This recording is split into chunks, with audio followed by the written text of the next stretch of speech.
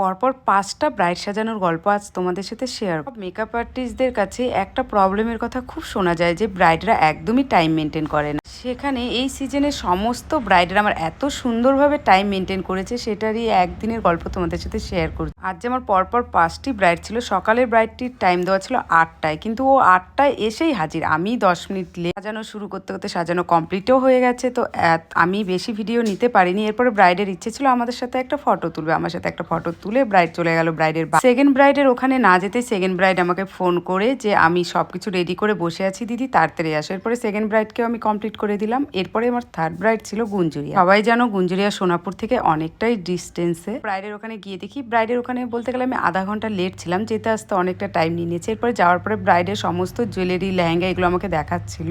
তখন বাজে ওই 11টা থেকে 12টা মতন। এত গরম, ঘর দিয়ে মনে হচ্ছে গরম ধোয়া বেরোচ্ছে। যাই হোক, আমার ব্রাইড গিয়ে দেখি নাকের ফুল খোলেনি, আমার জন্য রেখে দিয়েছে। প্লিজ সব ব্রাইডদের বলবে এই ছোটো ছোটো কাজগুলো একটু কমপ্লিট করে রাখবে। পরে অনেকক্ষণ টানাটানির পরে নাকের ফুল খুলছিল না, তারপরে আমি সুতো দিয়ে টেনে খুললাম। এরপরে ব্রাইডের শুরু হয়ে গেল ফোনে কথা বলা। তো ফোন আসছিল ব্রাইডের। যাই হোক, অনেক কষ্টের সাথে আমার পুরো লুকটা কমপ্লিট হলো। বাইরে ততক্ষণে সব লোকজন এসে গেছে, আমার ব্রাইডও কমপ্লিট হয়ে গেছে। ওকে দারুণ লাগছিল। ফটো ভিডিও তেমন নিতে পারিনি, এতগুলো ব্রাইড থাকলে ফটো ভিডিও নেওয়া হয় না। এরপর আমি বাড়ি এসে একটু রেস্ট নেওয়ার টাইম পাইনি, যেহেতু এত গরম ছিল। সেকেন্ড ব্রাইড করতে আমার একটু বেশি টাইম লেগে গেছিলো। থার্ড ব্রাইড ছিল বিধাননগর, বিধাননগর থেকে অনেকটাই ভেতর। এই ব্রাইডও আমার টাইম মতনই হয়ে গেছিলো, এবার যেতে আসতে একটু বেশি টাইম লেগে গেছিলো। তো এই ব্রাইড করে আমি বেরিয়ে দেখি তখনও বিকেল, মানে ওখান থেকে এসে লাস্ট ব্রাইড ছিল আমার দুর্গাপুর, 3 মাইল দুর্গাপুরে। এরপরে আমরা চলে আসলাম 3 মাইল দুর্গাপুর। তোমরা দেখতেই পাচ্ছ টাইমটা অতটাও বেশি হয়নি।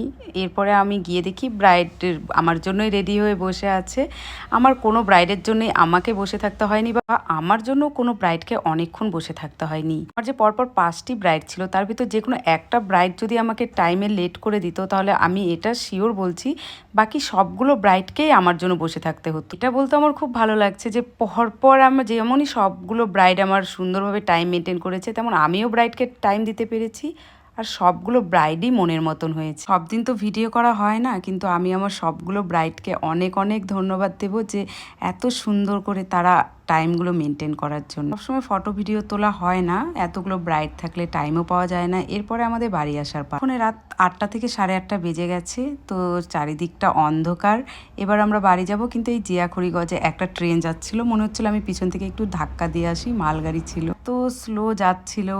আমরা অনেকক্ষণই এখানে দাঁড়ানো। এদিকে দেখতে পাচ্ছ উষা আর চুটকি। বললেই নয় যে এদের ছাড়া এতগুলো ব্রাইড সত্যি একা কমপ্লিট করা সম্ভব হতো না। এরা যথেষ্ট হেল্প করে। আর এদিকে সোনাপুরে এসে দেখি বাবা এত ভিড়। যে সাজিয়ে রেখে গেছিলাম ওরই বরযাত্রীর গাড়ি এলোমেলোভাবে দাঁড়িয়েছে, যে যাওয়াই সম্ভব হচ্ছে না। মন্দিরাকে ছাড়তে যাওয়ার পথে দেখি এই গরম ঘুগনি। আমার বর বলল যে এই ঘুগনিটা খেয়ে দেখো, অনেক ভালো হয়। তো আমি আর মন্দিরা বসে গেছি সারাদিন পরে এই ঘুগনিটা।